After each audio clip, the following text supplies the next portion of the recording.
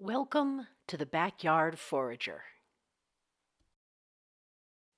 Today we're going to be talking about dock, primarily curly dock, which is also known as yellow dock or Rumex crispus. This is one of the first greens to show up in spring, and if you miss it, don't worry, because it usually puts out a whole nother round of fresh greens in the fall. This is what we call a cool weather green. Okay, so dock is just coming up. It's springtime, it's dock season, and I'm going to show you where to look for the most tender dock leaves.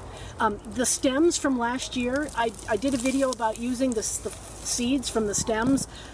This is a really good way to spot your dock patch because these stay up year round. They'll be replaced by more flower stems later in the season. For now, I'm just going to pull some of these out to give us better access to the leaves. Now, at the center of each dock clump are the leaves that have not quite unfurled. They're the juiciest, most tender leaves. These leaves are all still good, but the best leaves are the ones at the center, and I'll show you what that looks like.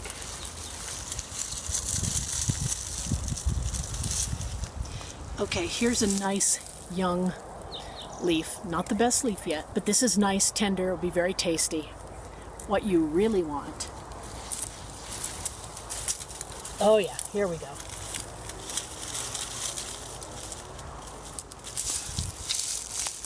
Is something like this. See, hasn't even unfurled yet. That's going to be the most delicious, lemony, juicy leaf you can find. These larger leaves are still fine. It's early spring, the weather's cool, but if you can find the tender central leaves, do that. You won't be sorry. I want to point out one of the key identification features of dock leaves. You see that little white flap down at the bottom of each stem? That is what we call the ochrea, and it's the source of the mucilage, which you will see in just a minute. Dock leaves are very mucilaginous, and this is a really good way to recognize a dock leaf. Make sure you can see that ochrea, O-C-R-E-A, at the bottom of each leaf.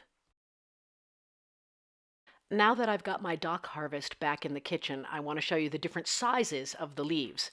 These large leaves remind me a lot of Swiss chard, and they can be used in much the same way.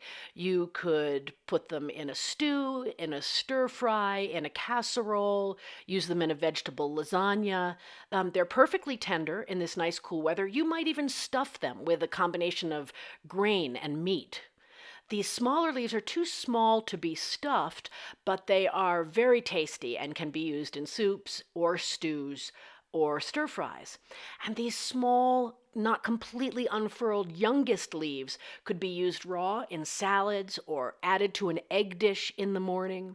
The small leaves have the most mucilage, and that mucilage is really useful if you want to thicken a soup or use it in place of okra in a gumbo. Look at that mucilage. Here are some of my favorite ways to use dock leaves. This is a quesadilla with some spring mustard greens, dock leaves, and cheese. Very, very tasty. This is a yogurt, a series of yogurt and dock dips. It's kind of like a tzatziki or a boreki, a really great, cool flavored appetizer. And this is probably my favorite dock recipe of all time. It's a dock custard.